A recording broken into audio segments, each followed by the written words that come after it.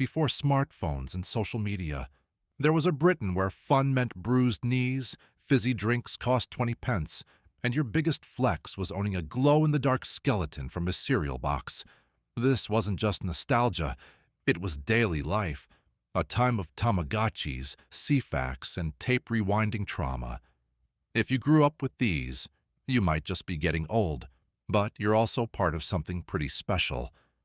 Small, beeping, and impossible to ignore, the Tamagotchi was Britain's first true digital companion. We clipped them onto our school trousers like medals of honor, fed them during maths, cleaned up their pixelated poo at lunch. But no matter how hard we tried, they always died while we were in PE. Still, we'd reset and start again, because keeping a Tamagotchi alive for more than 3 days was the ultimate flex. Today's kids have apps. We had existential dread in keychain form. You wanted to know the football score? You didn't Google it. You punched 302 into your TV remote and waited for the Teletext gods to load your fate. Holidays, weather, TV schedules, horoscopes, job listings. Teletext was everything. Slow, absolutely.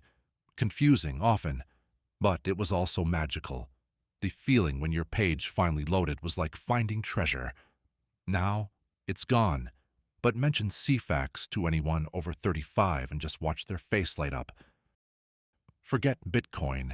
In the 80s and 90s, the most powerful currency in the playground was an empty packet of walkers. Send in enough and you'd get a football, a sticker album, or, if you were really lucky, a limited edition Tazo folder. We'd lick the last bit of flavor dust off our fingers, flatten the packet, and treat it like gold. Today's loyalty apps could never. If you ever stuck a pencil into a cassette tape to fix it, you're one of us.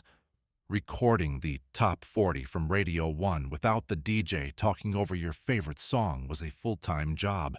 You made mixtapes for mates, for crushes, for long car rides, and when a tape got chewed, you didn't cry.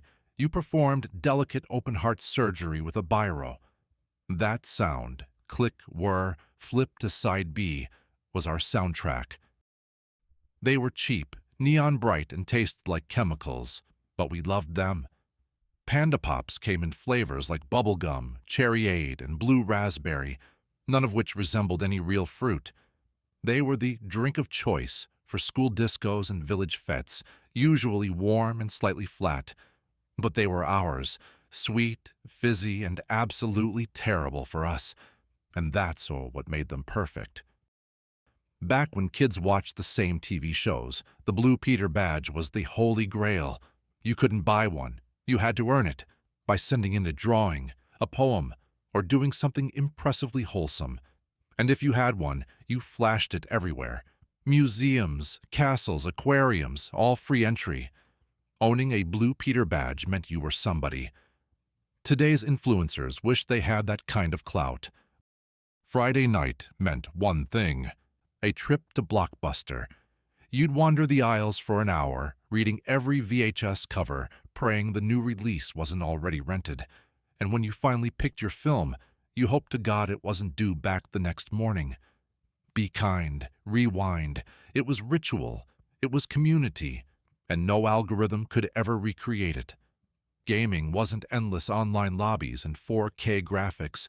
It was sharing one TV with 2 siblings and fighting over who got next turn. Your Game Boy had no backlight. Your controller had a wire. Your N64 had a Rumble Pak the size of a brick. Internet? That meant dial-up. And heaven help you if someone picked up the phone while you were loading MUSN. We didn't rage quit. We just sat closer to the screen and hoped it worked. So yes, if you grew up with these, you might be getting old.